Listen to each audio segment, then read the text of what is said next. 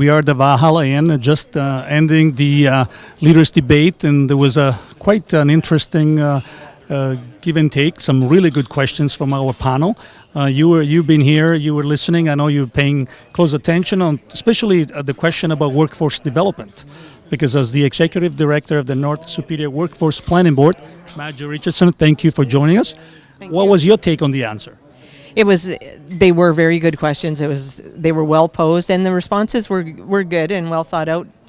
It was unfortunate, again, they were limited in the amount of time that they had for each question, and 1.5 minutes or 2 minutes isn't very long.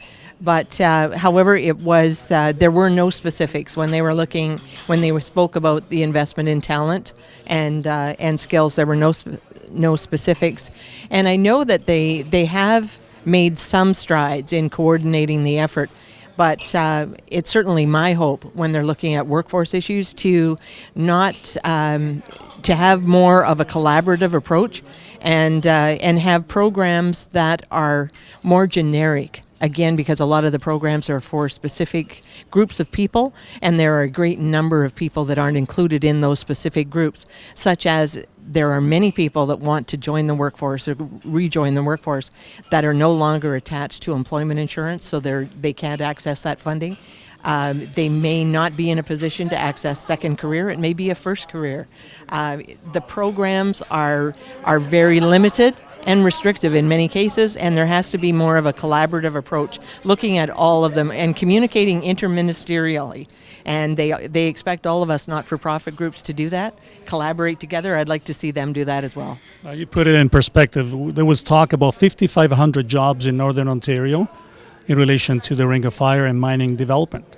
What you just said is, unless we get our act together in collaboration in making sure that the workforce is developed so we have the right skills to make this development happen, it won't happen, right? Or if it happens, they'll bring people from outside. The mining companies, the workers are very mobile. We'll bring somebody from outside and we won't benefit locally. So, but I know there has been progress, and I know you worked hard in ensuring that progress is realized.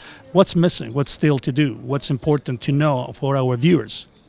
There are still a number of different groups of people. Again, what I'd like to see is a collaborative approach, looking at the workforce in general and how can we take everyone who is within those groups in the workforce, whoever comprises the workforce, to look at some sort of a stepping stone approach to allow them to take advantage of opportunities in their region when they're presented.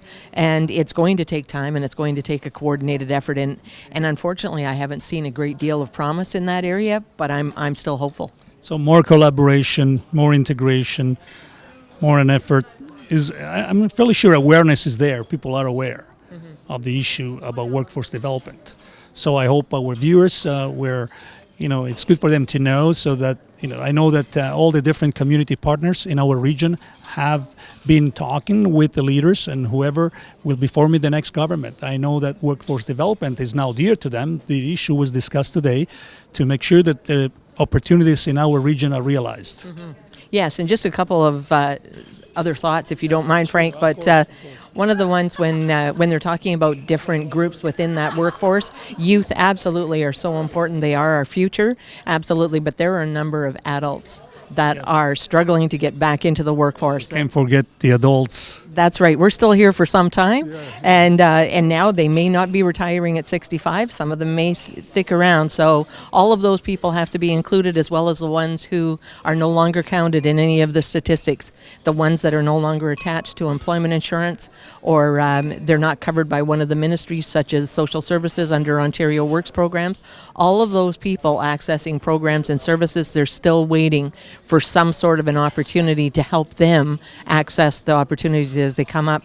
And one of the other initiatives that's very close and important and dear to the heart of the North Superior Workforce Planning Board is apprenticeships. Yes. Did not hear a great deal about that specifically, but again, it was all general comments about investing in the workforce and the talent and the skills, and that's absolutely very important. However, I'd like to see more specifics about the programs that's going to enable that and promote those work opportunities. I hope our leaders today were listening to the questions and the needs and desires and aspirations of people in the North.